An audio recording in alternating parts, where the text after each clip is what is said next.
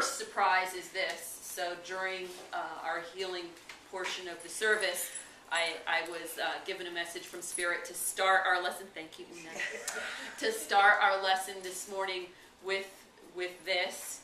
For those who have ears to hear, for those who have eyes to see, and for those who have a heart to receive. That's our message today. So our message and lesson for today is on forgiveness and letting go. And I had a different lesson for today, actually, and it was inspired and put upon me by a number of individuals to discuss forgiveness and letting go, because quite honestly, it is a process. And I just had this conversation with a couple of women just about a month ago, and we discussed at length at the actual process of forgiveness, identifying an issue, and really we evolve in our attitude of forgiveness. I know initially, years ago, when I would consider forgiveness, I always felt like someone had to ask for forgiveness in order for me to forgive them. So they had to say, hey, they had to admit some fault, or they had to participate in the process. And during my spiritual evolution, that attitude has changed dramatically, because I've found that forgiveness is more about what's going on inside me, right? And we talk about that all the time, living from the inside out, not from the outside in, and less to do with what the person has done to me. Because quite honestly, 95% of the time, if something has happened that has caused that process to begin where there needs to be a forgiving, it has very little to do with you and more to do with the individual that you feel has wronged you or offended you in some way. They generally don't even consider you in that whole equation. Oftentimes they don't even know that they've done anything to offend you that needs to be forgiven, because it's all about our internal journey and the way that we perceive and the way that we express ourselves based on that perception emotionally. That being the case, forgiving is really more about what goes on inside you than anything else. So the process of forgiving somebody else is really a process of forgiving you. Forgiving your perceptions, forgiving an unbalanced emotional response, perhaps, to a situation, and putting things in their proper perspective. Now, we could use 1,000 scriptures, including Buddhist ideology. Life is suffering, right, Max? Right? So how do we overcome suffering? Disattachment. So if I'm hurt to the point that I need to forgive somebody, what am I? I'm attached. I'm attached to something emotionally that potentially could cause me harm. This is really important, that we learn to detach ourselves a little bit emotionally from situations and look at them from a higher perspective. That's part of being an awakened person. And say, hey, this is not my circus, not my monkeys. Have you heard that before? Yes. Right. Okay.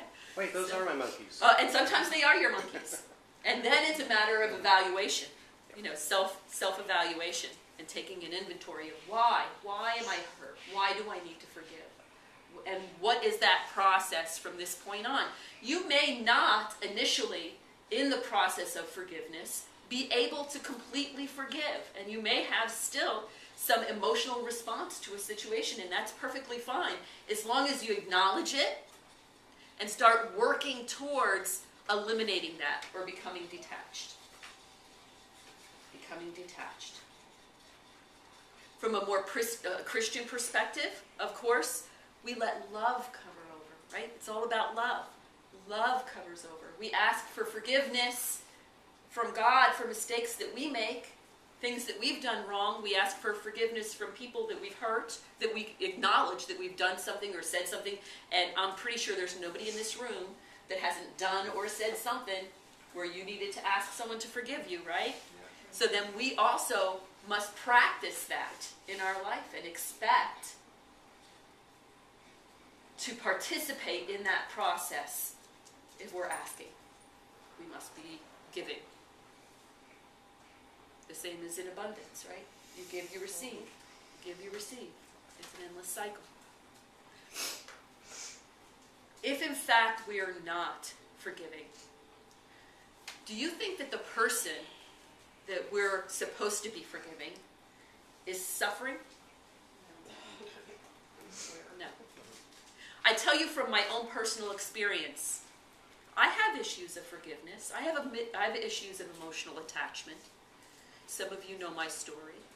So then I acknowledge that, and I start to work on letting that go every day. It's okay, I'm not doing it today. I'm not going there. And every day becomes 2 days and 3 days and then a week. Sometimes it comes back and revisits you, and then it kind of pricks you, right? Like a thorn. Ouch! I still hurt a little bit there. I still need to work on that. I need to work through that. So nobody is above that. I assure you, in my situation, nobody else is losing sleep. Not a soul. They don't even acknowledge that there was anything done that needs forgiveness. And I guarantee you that you can probably think of a situation in your life that's the same.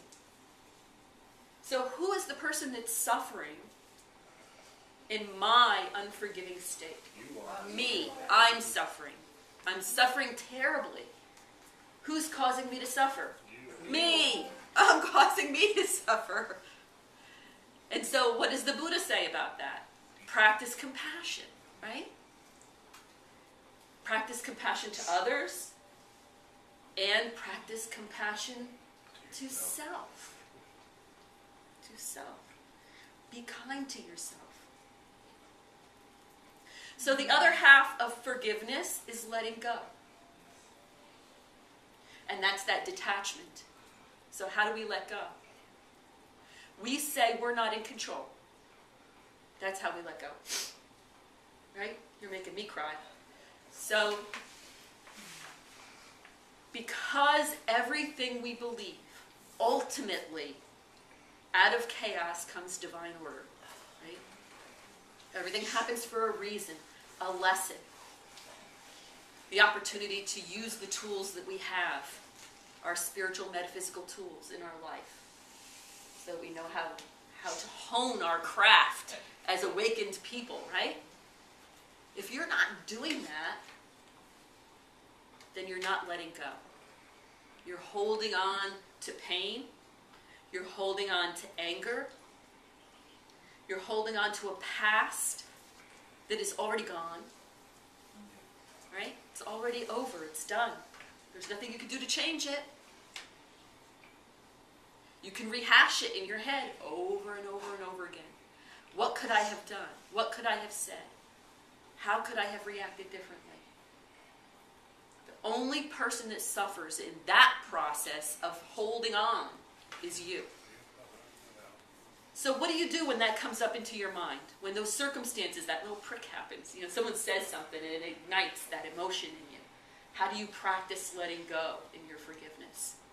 You say, that's not mine. It's not my lesson. I've learned my lesson. I accept my lesson. I accept it. And what do you send out? Love. Beautiful. I love when everybody answers the question correctly. And that's hard sometimes. That's a difficult thing. So what kind of love is that? That is love so deep inside you that is resonating with spirit, with God, with your indwelling Christ. How much love is that? Love to die, right? Love to the point of death. Love to the point of non-existence. We love because we are love.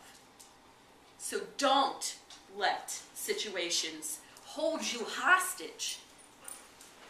When you have love and grace in your life, actively working constantly through Holy Spirit, you just sit in a room and beat yourself with the lash by holding on and being angry about something that nobody else cares about at this point anymore. So breathe love into it, breathe life into it, breathe forgiveness into it. Let it go. Let it go. It's not yours anymore. And forgive. Forgive yourself for being fooled. Forgive yourself for holding on. Forgive anybody that wrongs you. Because the only person that hurts when you don't is you. And I leave that with you with its blessing.